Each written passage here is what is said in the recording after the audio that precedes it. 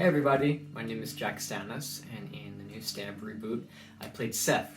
Now, Seth is the boyfriend, kind of came home, or to his girlfriend's house in the technical opening, but it was really the second scene of the movie. And it was very homage to the opening of the first Scream, except I like the reverse that they kind of flipped in where the girl gets killed off first, and Seth is kind of the one who kind of carries out towards the end of the scene. It was a really interesting play. Seth, the way I had read him was very much like macho boyfriend vibe. And me, I'm a very small, boyish type person.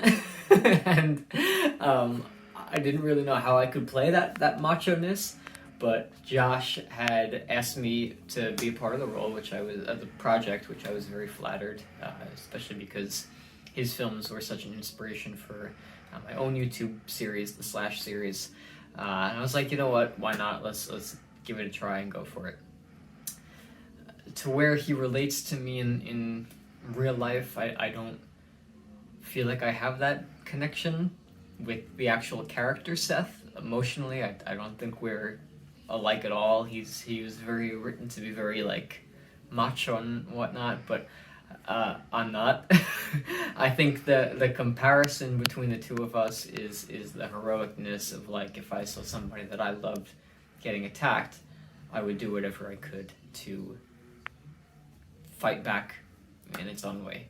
So the way Seth died was he ran into the house after seeing his girlfriend Olivia get stabbed many times, untied himself. He was tied up on the balcony and ran in, or was fumbling for the keys to get inside the apartment, and all of a sudden the killer came and tackled him right through the glass window, which is really fun to shoot. I really liked that. That was actually my partner Zach and I. My partner Zach was in the robe in that scene. So it was fun to like fly in through that glassing. We didn't break anything, but like we had another person on set who was standing behind Zach and I and had a bucket of fake glass that as soon as Josh had called action, we had acted like we fell down, and they took the glass bucket and went threw it right over us. So it was fun. I remember falling down after that, and some of the glass was already there. It wasn't real glass. It was like plastic, like it almost looked like little cube pieces. It was interesting. But some of it was already on the floor, and I remember my elbow just slamming into it and just feeling it. It was uncomfortable, but it was a lot of fun. Anyway, he goes through the door, gets up, goes to a little drawer in the kitchen or whatnot, and pulls out a gun and starts shooting around.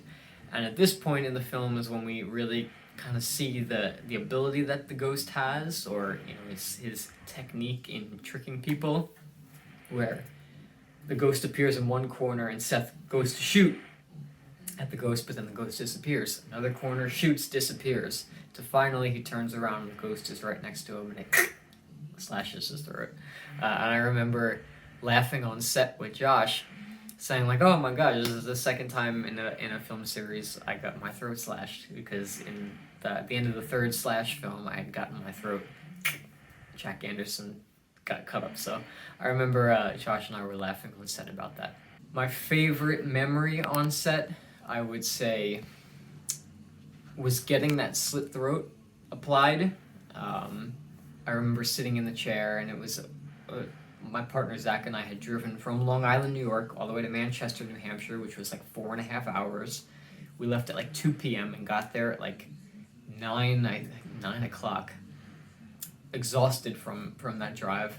And Sherry and Josh had already started shooting the opening scene, and when I got there, I remember jumping right into the scene.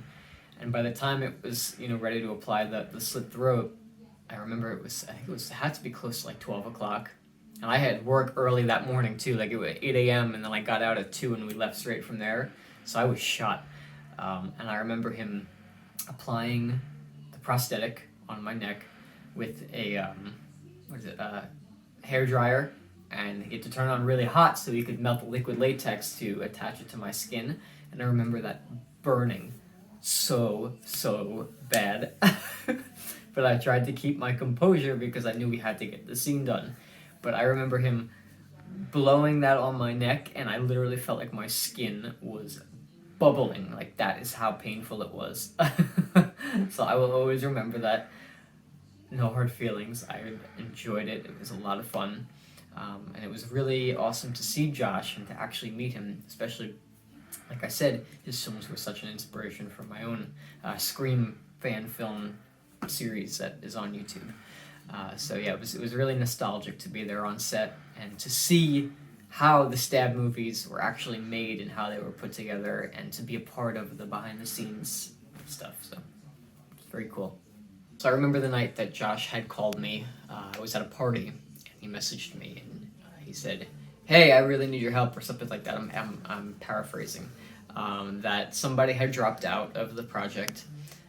And had months before this, I had, seen his post on YouTube, and I was like, "Hey, if you need any help or whatnot, like, I'm available." It was in the middle of what was going on in the world right now, and I was writing my own film at the time, but I was like itching to like get involved in another project, and I saw he posted a casting call, so I was like, "If you have any roles, you just let me know."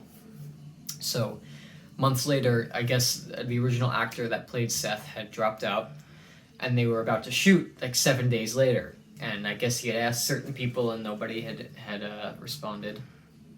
And he messages me and says, "Hey, I could really use your help. I have this role.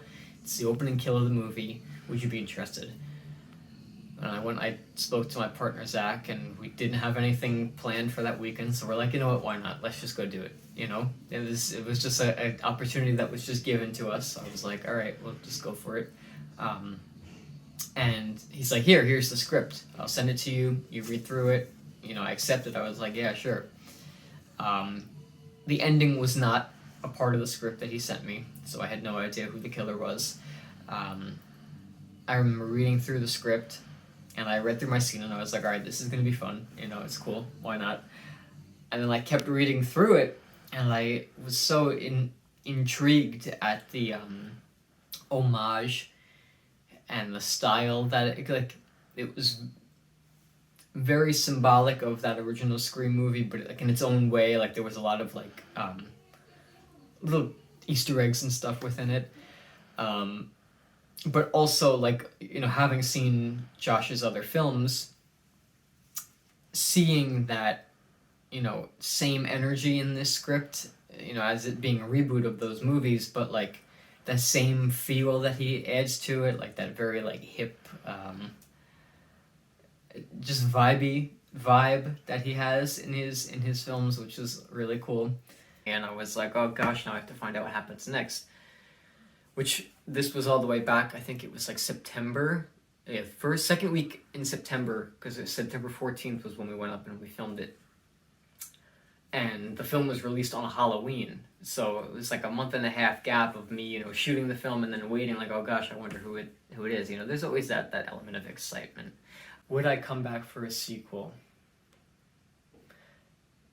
If the timing was right and everything seemed to align to it, absolutely. Why not?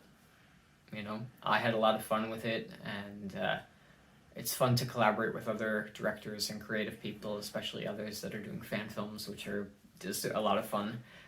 Yes, I would do it. Absolutely.